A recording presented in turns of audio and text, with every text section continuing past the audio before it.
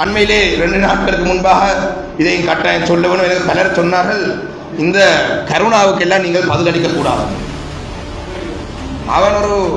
அவனுக்கு பதிலளிக்க கூடாது, நீங்க அவருக்கு ஏன் பதிலளிக்க வேண்டும்.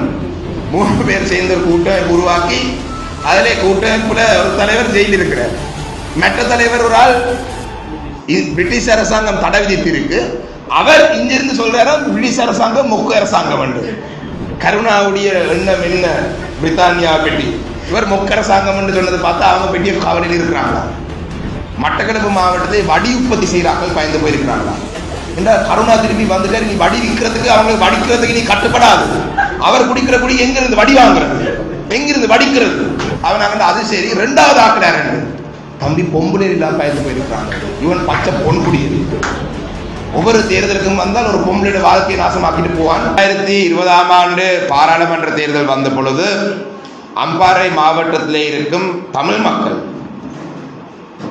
மக்கள் தமிழரசு கட்சியை விட ஏனைய சில கட்சிகளிலே வாக்களித்தால் அம்பாறை மாவட்டத்தில் எங்களுடைய பிரச்சனைகளை தீர்த்து கொள்ளலாம் என்ற ஒரு பிழையான எண்ண கருவுடன் அவங்களுடைய வாக்கை பயன்படுத்தினார்கள். ஆனால் இலங்கை தமிழரசு கட்சி அந்த நேரத்தில் அம்பாறை மாவட்டத்தில் இருக்கும் தமிழ் மக்கள் தமிழரசு கட்சியினுடைய வீட்டு சின்னத்துக்கு வாக்களிக்காவிட்டாலும் முழுமையாக அம்பாறை மாவட்டத்தை தமிழரசு கட்சி அந்த நேரத்தில் கைவிடவில்லை. 2020ஆம் ஆண்டிலே எங்களுடைய கட்சிக்கு கிடைத்த ஒரே ஒரு தேசிய பட்டியல், அதிலேயும் அந்த நேரத்தில் எங்களுடைய கட்சியினுடைய தலைவர் மறைந்த மாவை சீனாதிராஜா ஐயா கூட தோல்வியடைந்த நிலையில் இருந்த பொழுதும் கூட அம்பாறை மாவட்டத்திலே தமிழ் மக்களை பாதுகாக்க வேண்டும் என்ற ஒரே ஒரு காரணத்துக்காக இலங்கை தமிழரசு கட்சி கிடைத்த ஒரே ஒரு தேசிய பட்டியல் ஆசனத்தை நாங்கள் அம்பாறை மாவட்டத்தினுடைய கட்சி வழங்கியிருந்தோம். 2020ஆம் ஆண்டிலே பல குழப்பவாதி இந்த தேர்தலில் வந்தார்கள், இந்த மாவட்டத்துக்கு வந்தார்கள், பல ஆசவார்த்தைகளை சொன்னார்கள். நான் நினைக்கின்றேன் கடந்த பாராளுமன்ற தேர்தலிலே அந்த ஆசவார்த்தையை கூறி சென்றவர்களுக்கு பின்னால் வேலை செய்த சிலர் சொன்னார்கள், அந்த தேர்தல் முடிவுகள் அறிவிக்கிற அந்த இடத்திலே இருந்து டட்டாபாய் என்று சொல்லிட்டு போனதுக்கு பிறகு அவர்களை இந்த மாவட்டத்திலே அதுக்கு பிறகு கூட 4 வருடங்களாக காணவில்லை என்று சொன்னார்கள். இன்று மட்டக்களப்புக்கு வந்திருக்கிறார், அதை இப்படி பிறகு சொல்லுவோம்.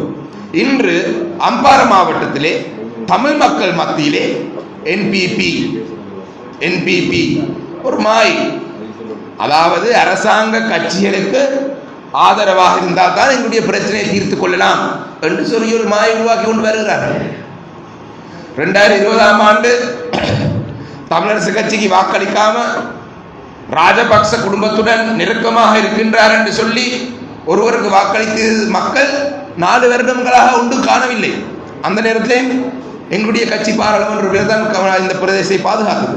இம்முறை அரசாங்கம் வந்து அதிலேயும் இஸ்லாமிய பாராளுமன்ற உறுப்பினர்கள் கடந்த காலத்திலே இந்த இஸ்லாமிய பாராளுமன்ற உறுப்பினர்களுடைய செயல்பாடால பல தமிழ் மக்களுடைய பிரச்சனைகளுக்கு தீர்வு காண முடியாதிருந்த பாராளுமன்ற உறுப்பினர்கள் பாராளுமன்றத்தில் இல்லாத காலப்பகுதியிலே கூட அரசாங்க தரப்போட இருக்கிற சிலரால் அண்மையிலே ஒரு திறக்க வந்த பாரை கூட நிறுத்த முடியாமல் இருக்கின்றார்கள். பெரிய நிலாவணைகள் அதையும் கூட நாங்கள் தான் நிறுத்தும். அரசாங்கத்தினுடைய சபாநாயகர் அவை தலைவராக இருக்கும் பிமல் ரத்நாயக் அவர்கள் நேற்றைய தினம் வடமாகாணத்துக்கு சென்று சொல்லியிருக்கிறார், அரசியல் கைதிகள் அப்படி விடுதலை செய்ய இயலாது. தேர்தல் விஞ்ஞாபனத்தை சொல்லியிருக்கு அரசியல் கைதிகளுடைய விடுதலையை பற்றி. ஆனால் வாக்கு தேவை என்று வரும் பொழுது, பாராளுமன்றத்திலே தங்களுக்கு ஆசனம் வேணும் என்று வரும் பொழுது அரசியல் கைதிகளுடைய விடுதலை என்று சொன்ன அதே விமல் ரத்நாயக்க இன்று அரசியல் கைதிகள் அப்படியெல்லாம் விடுதலை செய்ய முடியாது என்று சொல்கின்றார்.